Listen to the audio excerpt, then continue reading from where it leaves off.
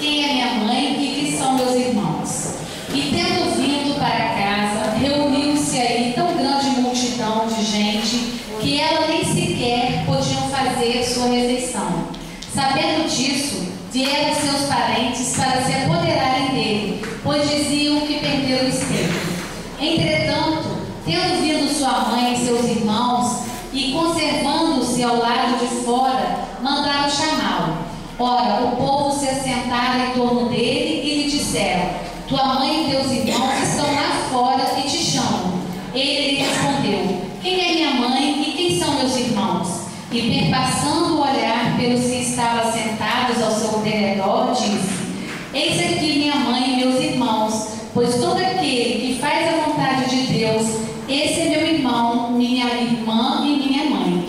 São Mateus, capítulo 3, versículo 20, 21 e 31. Singulares parecem algumas palavras de Jesus por contratarem com a sua bondade e a sua inalterável benevolência para com todos. Os incrédulos não deixaram de tirar daí uma arma, pretendendo que ele se contradizia. Fato, porém, irrecusável é que sua doutrina tem por base principal, por pedra angular, a lei de amor e de caridade. Ora, não é possível que ele destruísse de um lado o que do outro estabelecia, donde essa consequência rigorosa. Se certas proposições suas se acham em contradição com aquele princípio básico, é que as palavras que se lhe atribuem foram ou mal reproduzidas, ou mal compreendidas, ou não são suas. Causa admiração e com fundamento que neste passo mostrasse Jesus tanto indiferença para com seus parentes e de certo modo renegasse sua mãe. Pelo que concerne a seus irmãos, sabe-se que não o estimavam. Espíritos poucos adiantados, não lhe compreendia a missão, tinham por excêntrico o seu proceder e seus ensinamentos não os tocavam, tanto que nenhum deles o seguiu como discípulo. Disse-lhe mesmo que partilhavam até certo ponto das pretensões de seus inimigos. O que é fato em suma é que o acolhiam mais como um estranho do que como um irmão, quando aparecia a família. São João diz positivamente, capítulo 7, versículo 5, que eles não lhe davam crédito. A nossa reflexão da noite de hoje é sobre a família e a educação na visão espírita. Nós vamos passar uma mensagem, até porque para a gente refletir sobre tudo que está na nossa realidade. Os filhos de degredo.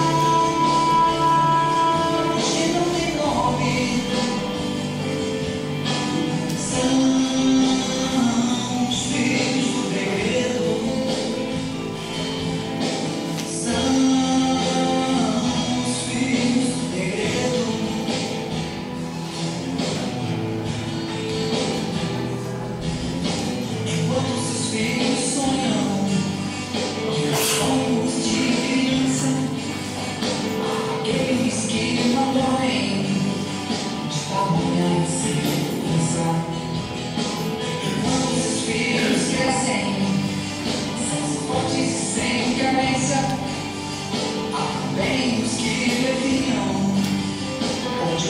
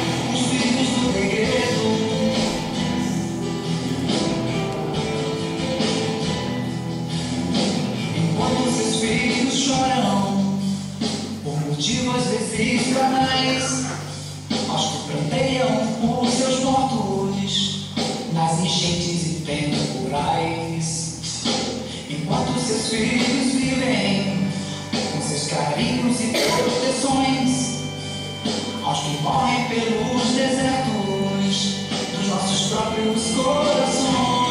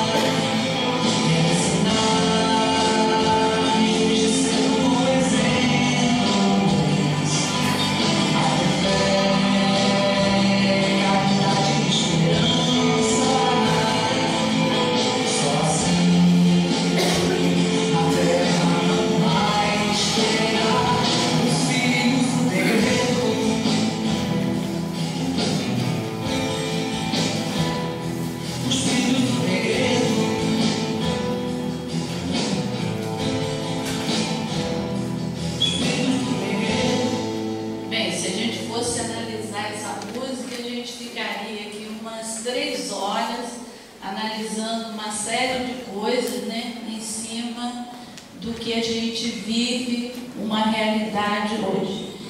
Mas vamos ao nosso assunto da noite: a família e a educação na visão espírita. Nós sabemos que nós estamos exatamente na família certa aqui na Terra.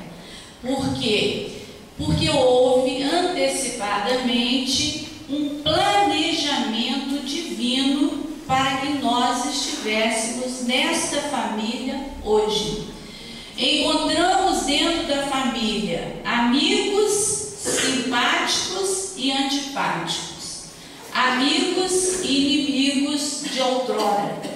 E a família é a primeira e a mais importante escola da nossa vida. Muitos pais costumam achar que a escola vai substituir ou fazer o seu papel. Ledo engano. A escola faz, às vezes, muito mal a parte intelectual, mas a família tem a missão de educar, de formar caráter. E aí nós vamos ver no livro que Pestalozzi diz que só no ambiente familiar impregnado de amor pode o homem desenvolver todos os poderes de sua personalidade. Conhecimento e ação devem andar juntos.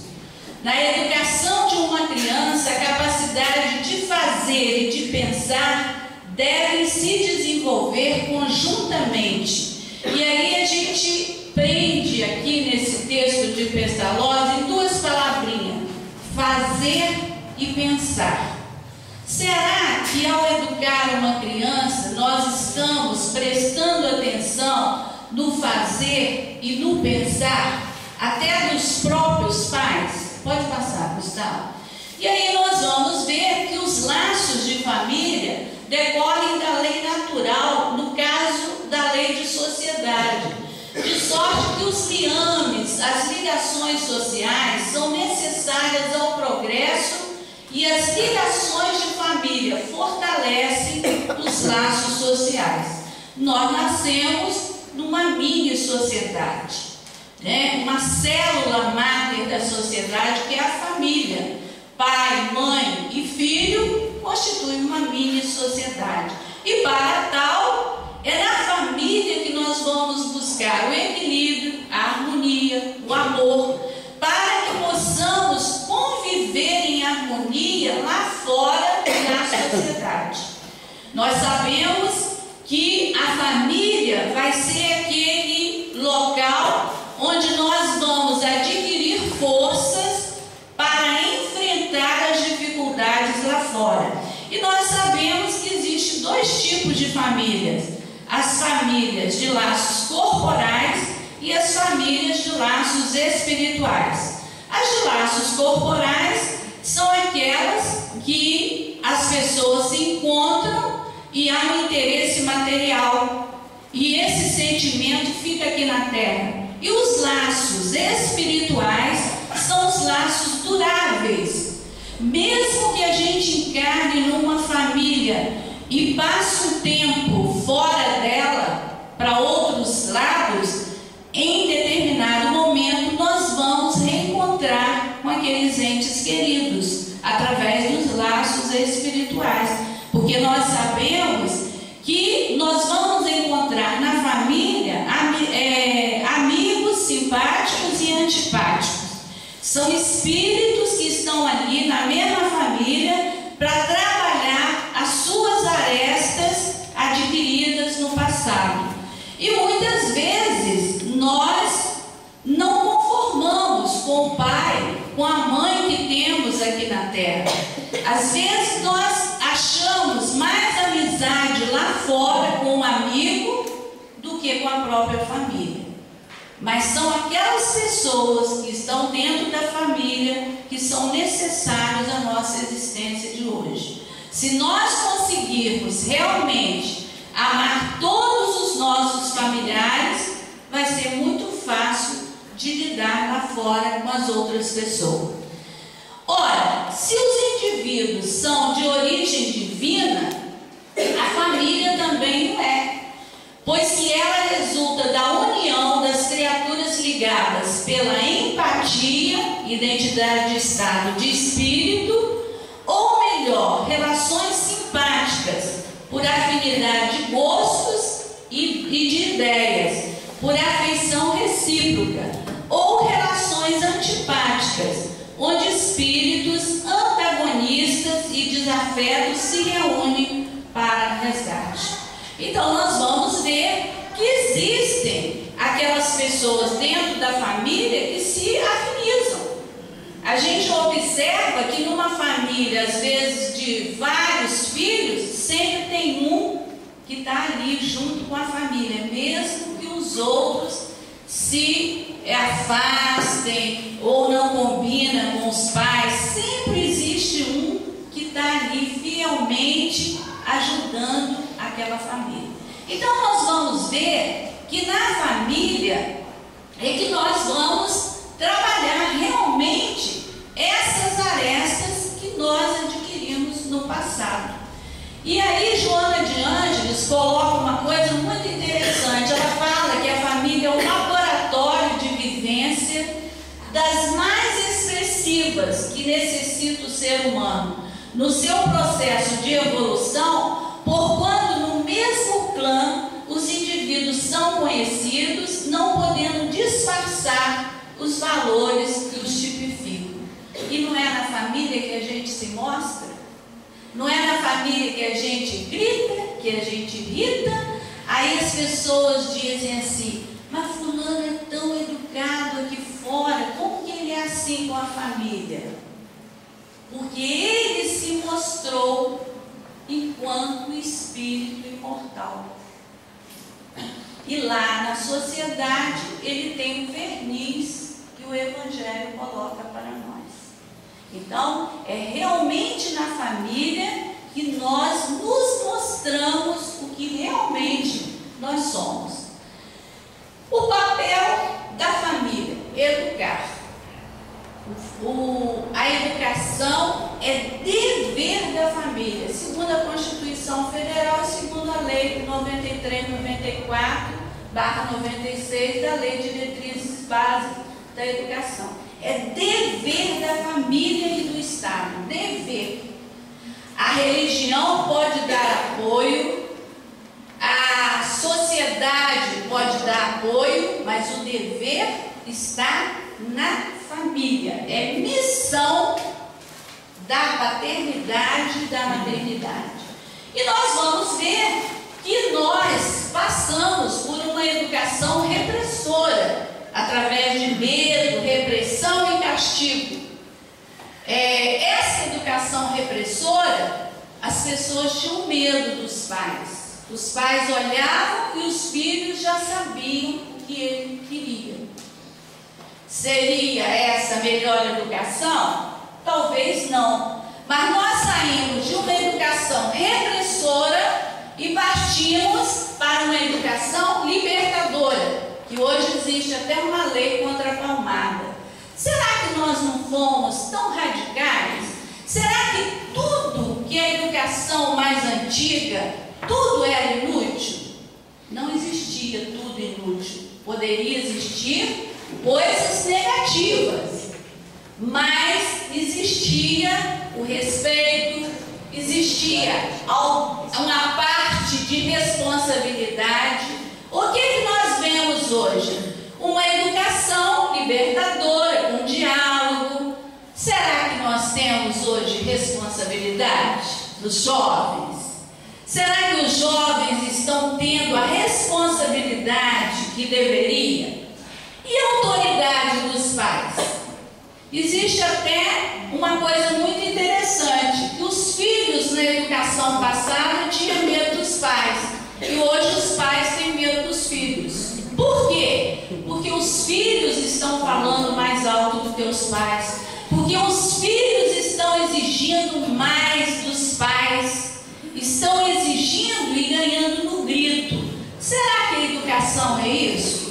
Será que a educação é superproteção?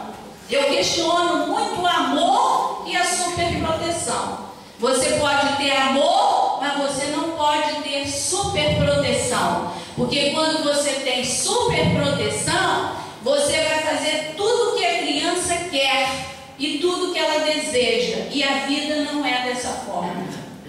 Na vida nós temos ganhos e perdas. E nós temos que preparar uma criança para ganhar e perder. E hoje a educação está sendo uma superproteção. E o dia que o pai, a mãe, a avó morrer, será que essa criança vai ter firmeza, determinação, segurança, responsabilidade? Porque ela teve tudo, ela exigiu tudo. Passa, Gustavo. Como educar? Considerar as pessoas como espíritos imortais.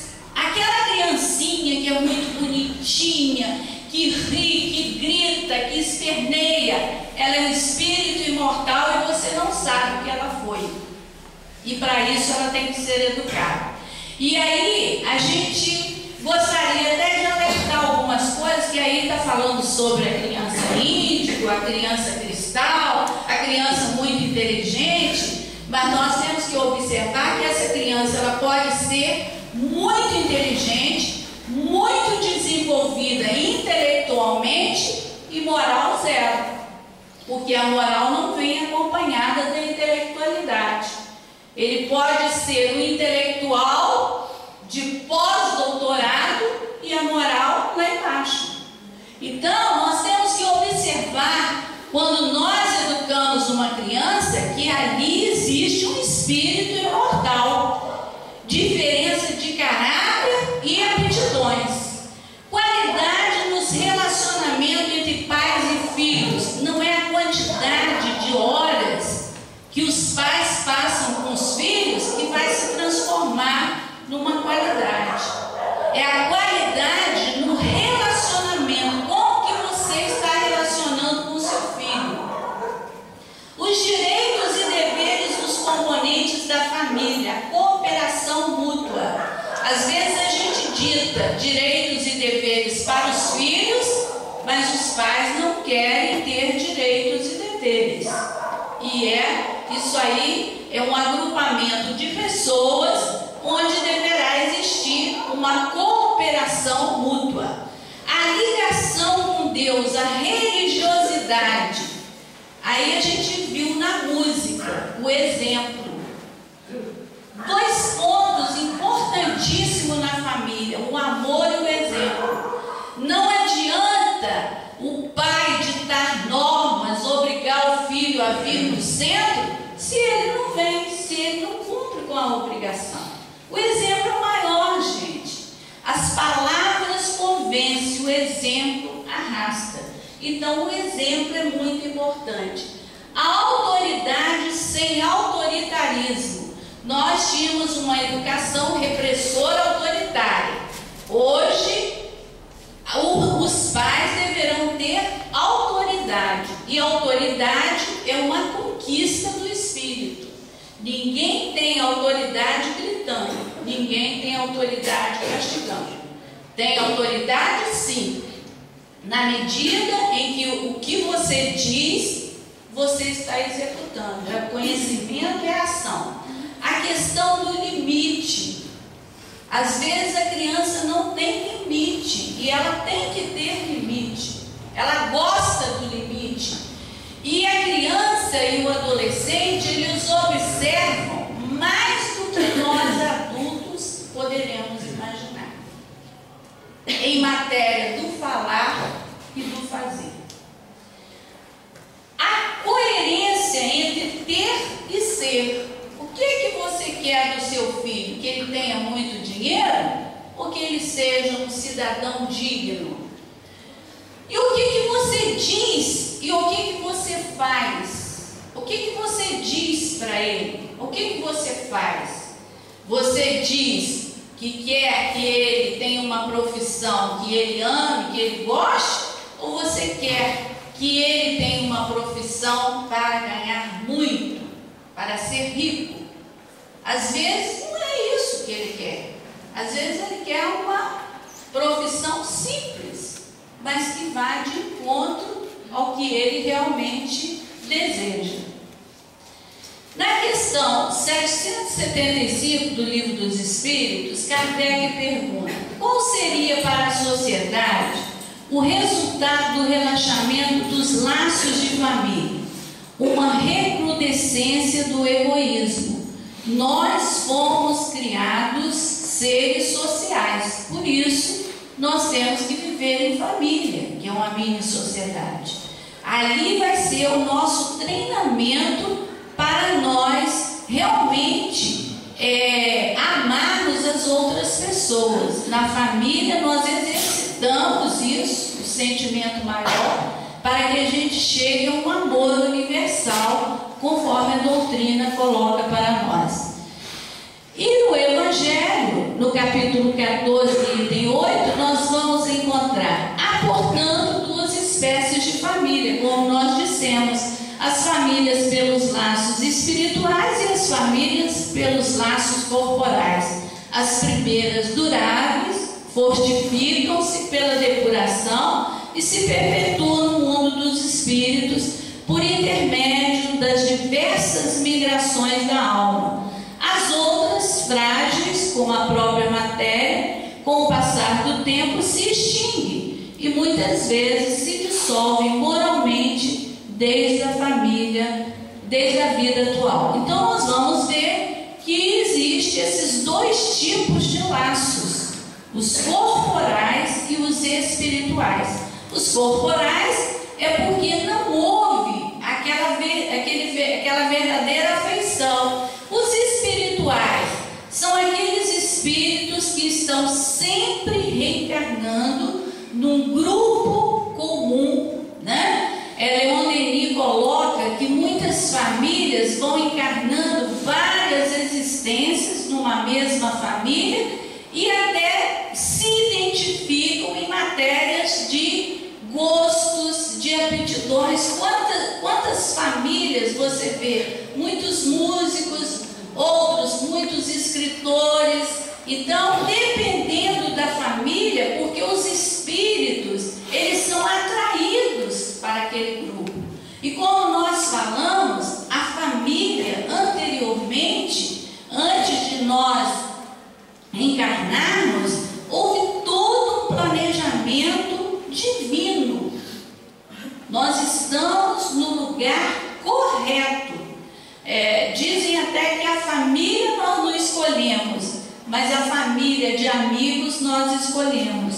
Mas nós não escolhemos a família que nós reencarnamos, mas ela foi planejada, ela foi organizada para que nós reencontrássemos com almas onde nós pudéssemos resgatar alguns débitos que nós adquirimos em experiências anteriores. Na questão 583, Kardec pergunta: se uma criança se transviar, apesar dos cuidados dos pais, estes são responsáveis? Não, mas quanto piores as disposições da criança, mais a tarefa é pesada e maior será o mérito se conseguirem desviá-la do mau caminho. Então, se o pai orientou, se o pai conversou, dialogou com a criança, ele cumpriu com a sua tarefa. Quanto mais rebelde for o espírito, mais mérito será daqueles pais que conseguirem desviá-lo do mau caminho. Porque nós sabemos que aquele pai que muitas vezes nós achamos que é rude, que não deveria ser nosso pai, ele fez às vezes da educação o que ele sabia. Nós não podemos exigir de alguém aquilo que ele não teve. Nós só podemos dar a alguém alguma coisa, aquilo que nós possuímos. Então, aquele pai que muitas vezes nós achamos que é ignorante, que é isso, que não sabe educar, ele está fazendo o que ele pode. Às vezes ele não teve também isso que nós estamos exigindo. E nós temos que entender que aquela pessoa que está na condição de pai hoje é necessário para nós, Na questão 583A, se uma criança se torna um bom adulto, apesar da negligência ou maus exemplos dos pais, estes se beneficiam com isso. Deus é justo. Então, aquele adolescente, aquela criança que teve maus exemplos na família e conseguiu ser um cidadão digno, Deus vai ser justo diante daquela situação. E nós vamos ver que muitas vezes, quando a gente fala no exemplo, a gente observa quantos filhos que admiram seus pais e até procuram seguir a mesma profissão do pai, da mãe, São exemplos que a pessoa viu de perto o desempenho daquele pai, daquela mãe, que ficou às vezes tão encantado que quer seguir até a mesma profissão do pai ou da mãe. Então a gente observa que o exemplo é muito forte diante da convivência familiar. E nós vamos ver que no Evangelho nós vamos encontrar esse texto que eu achei divino. Ó espíritas, compreendei agora o grande papel da humanidade. Compreendei que quando gerais um corpo, a alma que nele encarna vem do espaço para progredir. Tomai conhecimento dos vossos deveres e usai todo o vosso amor na tarefa de aproximar essa alma de Deus. Essa é a missão que vos foi confiada e pela qual recebereis a recompensa se ela for cumprida fielmente. Então nós vamos ver que a missão dos pais é educarem. E hoje a gente vive numa sociedade imediatista, materialista, onde as pessoas têm pressa, onde as pessoas não têm tempo de falar com os outros, olhando nos olhos, onde as pessoas não têm tempo de ouvir o outro. E aí a gente vê que muitos pais, não sei até se por complexo de culpa, começa a cobrir o filho de bens materiais. Isso não vai substituir o amor de um pai ou de uma mãe. Isso aí é negociata e nós não devemos fazer isso. Às vezes a mãe chega até a prometer ao filho: eu não tenho tempo para você, eu trabalho muito, Isso não se faz com a criança e nem com o adolescente, né? Porque a gente vê que educar, gente, com responsabilidade é uma tarefa árdua, mas é compensadora diante dos ensinos de Deus. Porque se Deus colocou aquela criança na vida daquele casal, foi para que ela fosse encaminhada, foi para que ela fosse um futuro cidadão.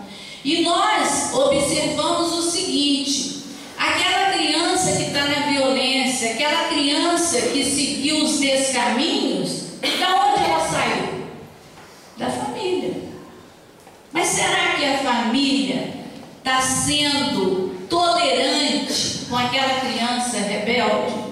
Porque, conforme nós falamos anteriormente, são espíritos diferentes. E às vezes o pai educa todos os filhos e diz assim: mas por que fulano saiu diferente, se eu dei a mesma educação? Mas nós sabemos que são espíritos diferentes, com caráter e aptidões diferentes. Vossos cuidados e a educação que lhe derdes ajudarão a aperfeiçoar-se e a construir o seu bem-estar futuro. Lembrai-vos de que cada pai e cada mãe, Deus perguntará: que fizeste da criança que foi entregue a teus cuidados? Se permaneceu atrasada por vossa culpa, tereis como castigo vê-la entre os espíritos sofredores, quando dependia de vós que ela fosse feliz. Então vós mesmos, maltratados pelos remorsos, pedireis para reparar a vossa falta, solicitareis uma nova encarnação para vós e para ela, em que ireis cercá-las de cuidados mais atentos, e ela, cheia de reconhecimento, vos cercará com o seu amor. Não repudieis, portanto, o filho que no berço repele sua mãe, nem aquele que vos paga com a ingratidão. Não foi o acaso que o fez assim e que o enviou para vós. Então nós vamos ver que aquela criança, desde tenra idade, que bate no rosto da mãe, que cospe, às vezes cospe, já é um espírito que às vezes está manifestando algumas coisas ali, e às vezes os pais não percebem isso. Às vezes os pais riem, brincam, acham gozadinho o filho fazer uma malcriação, o filho falar um palavrão. Isso não é educação, né? A gente observa que existe uma série de coisas pequenas, mas que vão fazer diferença na hora da formação do caráter da criança. É o cumprimentar, é o pedir licença, é o respeitar o idoso, dar um lugar para o idoso. Isso não é bobice, isso é educação. E a gente observa que muitas vezes a criança e o adolescente não está sendo formado e educado para lidar com o idoso, e nós estamos caminhando para um país de idosos. E nós sabemos que em países mais desenvolvidos, o adolescente, a criança, gosta de ficar perto dos idosos, até porque estão aprendendo algo de experiências, de enriquecimento para ele. Mas será que os pais, será que a escola está realmente preparando essa criança e esse adolescente para ele respeitar, para ele ter limite, para ele ser educado com essas pessoas? E aí a gente vai ver a nossa responsabilidade dentro da casa espírita, dentro da família e dentro da sociedade. Porque todo adolescente que está rebelde lá na sociedade, ele tem uma família, ele tem um pai e uma mãe. Mas por que ele age dessa forma? Será que os pais não passam muito a mão na cabecinha e acham bonitinho? Existe até um ditado que muitas vezes o pai ri muito para satisfazer todos que é muito pior. Devemos considerar na educação sucesso e fracasso. Muitas pessoas não foram preparadas nem para o sucesso nem para o fracasso. E na vida existem os dois. Você pode ter sucesso, como pode ter fracasso. E o fracasso nós devemos encarar como um aprendizado. E o sucesso nós devemos encarar como uma coisa passageira, temporária. Você pode estar no topo do sucesso, como pode cair. Quantas pessoas nós vemos isso? Mas será que as pessoas estão preparadas para isso? Estão preparadas para o fracasso? O fracasso é aprendizado, é crescimento para a pessoa. Desenvolver a autoestima, como é importante você estar incentivando o seu filho, não comparando um melhor do que o outro. Fulano é ótimo, mas fulano, gente, isso acaba com a autoestima de qualquer adolescente, de qualquer pessoa. Não podemos comparar um com o outro. Voltamos a dizer, são espíritos diferentes. O que você diz para um vai reagir de uma forma, o outro vai reagir de outra forma. São criaturas, são espíritos diferentes, né? As perdas e frustrações. Hoje a gente vive numa sociedade onde as pessoas não sabem perder e nem querem perder. E a vida é feita de perdas e ganhos. Todos nós perdemos, todos nós ganhamos. Ouvir e dialogar com a criança, com o adolescente. Procurar ver as diferenças com tratamento igual a todos. Você pode tratar todos da mesma forma, mas na hora de resolver algo, você vai resolver diferente, porque são espíritos diferentes. Você pode dar o tratamento igual, mas você vai saber aquele que você vai ouvir mais, aquele que você vai dialogar mais. A educação na visão espírita, segundo Kardec foi muito sábio. A educação, não a educação intelectual, mas a educação moral. Tampouco a educação moral através dos livros, mas a que consiste na arte de formar os caracteres, a que incute hábitos, pois a educação é o conjunto de hábitos adquiridos. Olha a definição de Kardec: educação é o conjunto de hábitos adquiridos. O que são hábitos? É aquilo que você faz todos os dias. Nós não temos o hábito de tomar banho todos os dias, de escovar os dentes todos os dias. Então esses hábitos, essa educação que Kardec fala, é que vai sendo assimilada pela criança e automaticamente vai formar esse conjunto de hábitos adquiridos, né? A educação, ela não se faz de um dia para outro. Você vai preparando a criança até ela chegar à vida adulta. E perguntaram ao Pestalozzi, que era um grande educador, quando a mãe deveria começar a educar o filho. Então ele responde: 20 anos antes dela nascer. Então o que ele quis dizer com isso? Que nós temos que ser educados para nós educarmos. Se nós queremos pessoas educadas, nós temos que ser educados. Se nós gritamos, se nós xingamos, se nós achamos ruim com tudo, será que nós podemos educar? Será que nós podemos corrigir uma criança que xinga, que fala palavrão, se nós falamos? E aí a gente vê o exemplo, né? Quando essa arte for conhecida, compreendida e praticada, o homem terá no mundo hábitos de ordem e de previdência para si e para os seus, de respeito pelo que é respeitável, hábitos que lhe permitirão atravessar menos penosamente o inevitáveis maus dias. Então, o que a gente observa quando o indivíduo não é educado? A imprevidência.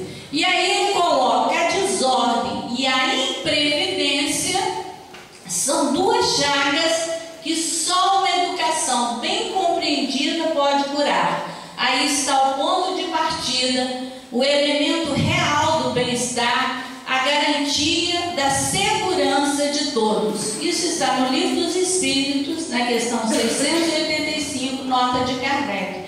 E ele coloca ainda mais, que nós não colocamos ali, que nós recebemos no planeta Terra um aluvião de espíritos rebeldes para a desordem, para a imprevidência.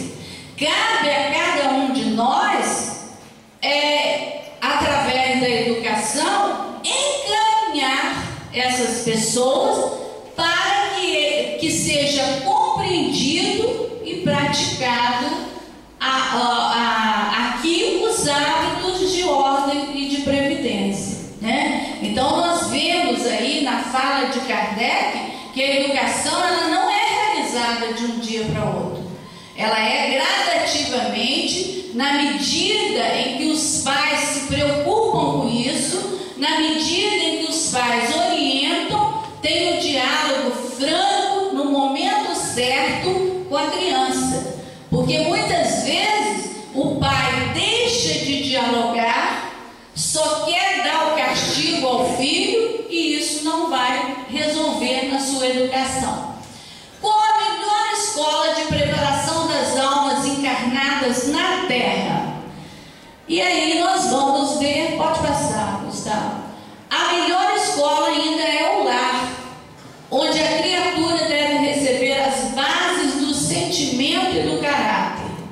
Os estabelecimentos de ensino propriamente do mundo podem instruir, mas só o Instituto da Família pode educar. É por essa razão que a universidade poderá formar o cidadão, mas somente o lar pode edificar o homem. Então, a gente observa que a família tem colocado muita carga nas escolas. A escola tem a função de instruir, mas a função de educar é da família. A escola pode até passar algo, mas ela não tem essa função. A função realmente é da família. Aí a gente nem vai ler, porque é aquilo que nós falamos. A paternidade, ela constitui uma missão, onde os pais vão encaminhar os seus filhos, vão tutelar, né, a criatura aqui na terra, para que ela possa ser um homem de bem. Pode passar. Representando a família, a mais valiosa célula do organismo social, é nela que se encontram os espíritos necessitados de entendimento, de intercâmbio, de sentimentos e experiências, de forma que o lar se faz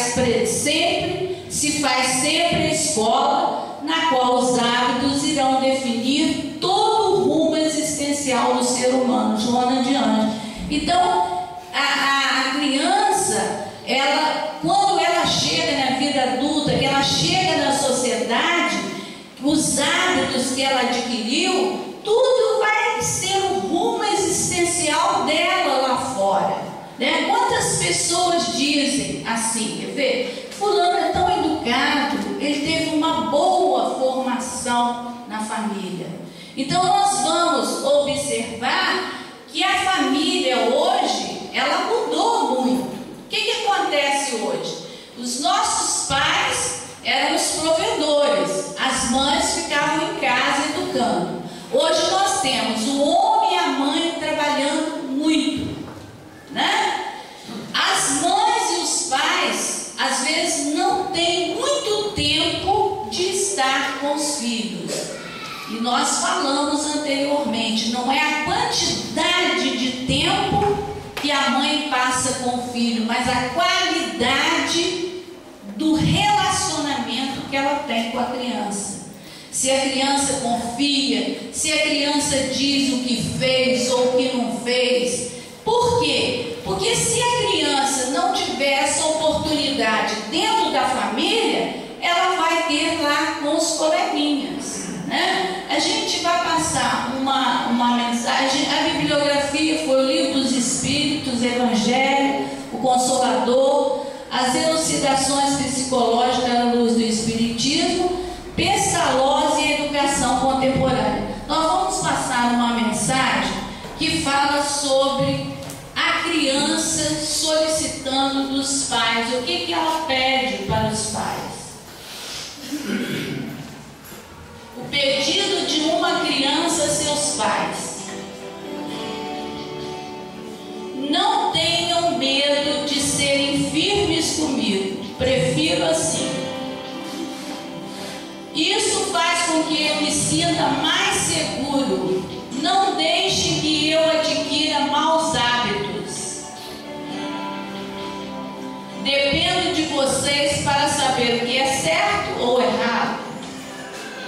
Falem e use comigo com educação. E aprenderei como devo fazer dentro e fora de casa. Leiam, cantem e sorriam para mim. E aprenderei a ser feliz. Fiquem atentos ao meu estudo e não façam as minhas tarefas.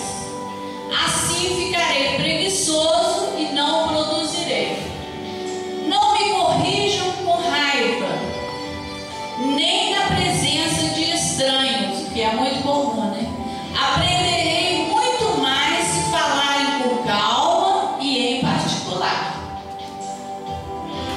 Sempre me falem a verdade, sejam honestos em seus sentimentos. Assim aprenderei a ser uma boa pessoa quando crescer. Não me protejam das consequências dos meus erros. Todo mundo tem erro e todo mundo precisa aprender. Às vezes eu preciso aprender pelo caminho mais áspero. Não levem muito a sério as minhas pequenas dores. Necessito delas para poder amadurecer. Não me estraguem. Sei que não devo ter tudo o que peço. Só estou experimentando vocês. Me satisfaço com coisas simples. Não precisa gritar comigo para que eu ouça vocês. O grito separa nossos corações. Não sejam irritantes ao me corrigirem. Se assim o fizerem, eu poderei fazer o contrário do que me pedem. Não me façam promessas que não poderão cumprir depois.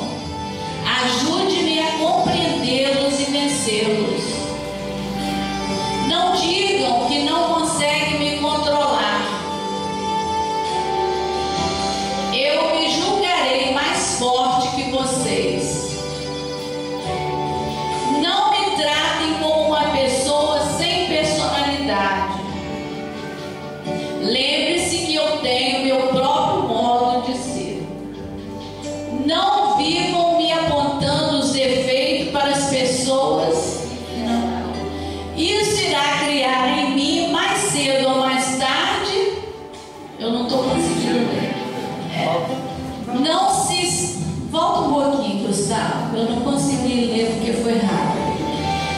Não me tratem como uma pessoa sem personalidade. Lembre-se que eu tenho meu próprio modo de ser e pensar.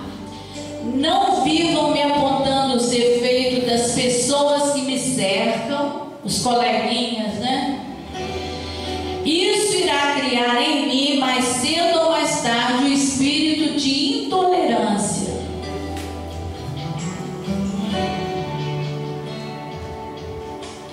Não se esqueçam que eu gosto de experimentar as coisas por mim mesmo. Não queiram ensinar tudo para mim. Não tenham vergonha de dizer que me amam. Eu necessito de carinho e amor para poder transmiti-lo a vocês e aos outros. Não desistam nunca de me ensinarem o bem, mesmo quando eu parecer não estar aprendendo. Insistam através do exemplo, e no futuro vocês verão em mim o fruto daquilo que plantaram. Não existe fórmula para a criação de um filho, mas pense: 2 doses de amor e uma de educação é um bom começo.